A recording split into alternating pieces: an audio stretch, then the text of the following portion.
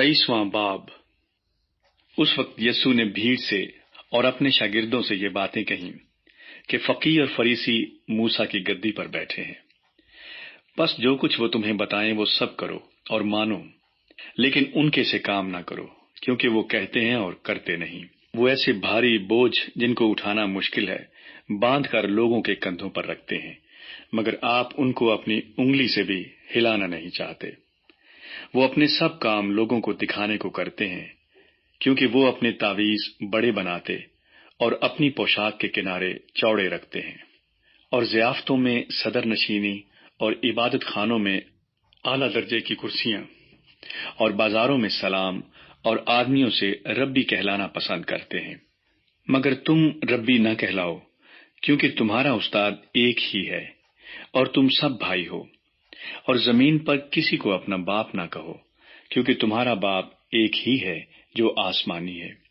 اور نہ تم ہادی کہلاؤ، کیونکہ تمہارا ہادی ایک ہی ہے، یعنی مسیح۔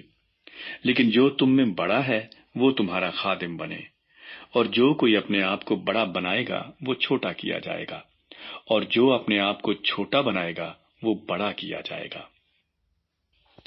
اے ریاکار فقیہو اور فریسیو، تم پر افسوس کہ آسمان کی بادشاہی لوگوں پر بند کرتے ہو، کیونکہ نہ تو آپ داخل ہوتے ہو اور نہ داخل ہونے والوں کو داخل ہونے دیتے ہو۔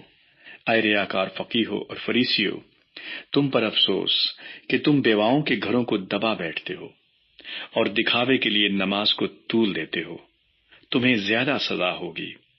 اے ریاکار فقیہو اور فریسیو، تم پر افسوس کہ ایک مرید کرنے کے لیے تری اور خشکی کا دورہ کرتے ہو، اور جب وہ مرید ہو چکتا ہے تو اسے اپنے سے دونا جہنم کا فرزند بنا دیتے ہو۔ اے اندھے راہ بتانے والو، تم پر افسوس جو کہتے ہو کہ اگر کوئی مقدس کی قسم کھائے تو کچھ بات نہیں، لیکن اگر مقدس کے سونے کی قسم کھائے تو اس کا پابند ہوگا۔ اے احمقو اور اندھو، سونا بڑا ہے یا مقدس، جس نے سونے کو مقدس کیا؟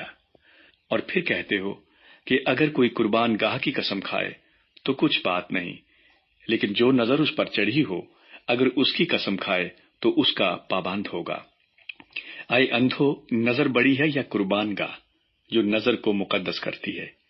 بس جو قربان گاہ کی قسم کھاتا ہے وہ اس کی اور ان سب چیزوں کی جو اس پر ہیں قسم کھاتا ہے، اور جو مقدس کی قسم کھاتا ہے وہ اس کی اور اس کے رہنے والے کی قسم کھاتا ہے، اور جو آسمان کی قسم کھاتا ہے وہ خدا کے تخت کی اور اس پر بیٹھنے والے کی قسم کھاتا ہے۔ اے ریاکار فقیہو اور فریسیو، تم پر افسوس کہ پودینہ اور سونف اور زیرے پر تو دہ یقی دیتے ہو، پر تم نے شریعت کی زیادہ بھاری باتوں یعنی انصاف اور رحم اور ایمان کو چھوڑ دیا ہے۔ لازم تھا کہ یہ بھی کرتے اور وہ بھی نہ چھوڑتے۔ اے اندھے راہ بتانے والو، جو مچھر کو تو چھانتے ہو اور اونٹ کو نگل جاتے ہو۔ اے ریاکار فقیہو اور فریسیو، تم پر افسوس کہ پیالے اور رکابی کو اوپر سے صاف کرتے ہو، مگر وہ اندر لوٹ اور ناپرہیزگاری سے بھرے ہیں۔ اے اندھے فریسی، پہلے پیالے اور رکابی کو اندر سے صاف کر تاکہ اوپر سے بھی صاف ہو جائیں۔ اے ریاکار فقیہو اور فریسیو، تم پر افسوس کہ تم سفیدی پھری ہوئی قبروں کی مانند ہو، جو اوپر سے تو خوبصورت دکھائی دیتی ہیں مگر اندر مردوں کی ہڈیوں اور ہر طرح کی نجاست سے بھری ہیں۔ اسی طرح تم بھی ظاہر میں تو لوگوں کو راست باز دکھائی دیتے ہو، مگر باطن میں ریاکاری اور بے دینی سے بھرے ہو۔ اے ریاکار فقیہو اور فریسیو، تم پر افسوس کہ نبیوں کی قبریں بناتے اور راست بازوں کے مقبرے آراستہ کرتے ہو، اور کہتے ہو کہ اگر ہم اپنے باپ دادا کے زمانے میں ہوتے تو نبیوں کے خون میں ان کے شریک نہ ہوتے۔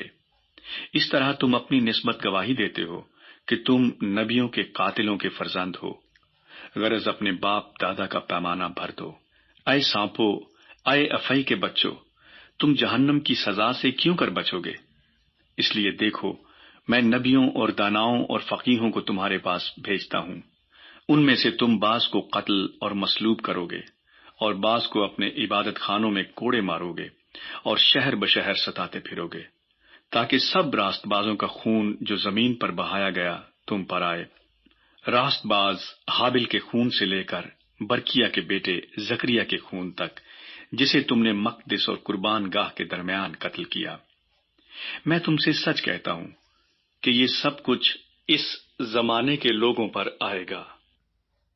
اے یروشلیم، اے یروشلیم، تو جو نبیوں کو قتل کرتا اور جو تیرے پاس بھیجے گئے ان کو سنسار کرتا ہے، کتنی بار میں نے چاہا کہ جس طرح مرغی اپنے بچوں کو پروں تلے جمع کر لیتی ہے، اسی طرح میں بھی تیرے لڑکوں کو جمع کر لوں، مگر تم نے نہ چاہا۔ دیکھو تمہارا گھر تمہارے لیے ویران چھوڑا جاتا ہے، کیونکہ میں تم سے کہتا ہوں کہ اب سے مجھے پھر ہرگز نہ دیکھو گے، جب تک نہ کہو گے کہ مبارک ہے وہ جو خداوند کے نام سے آتا ہے۔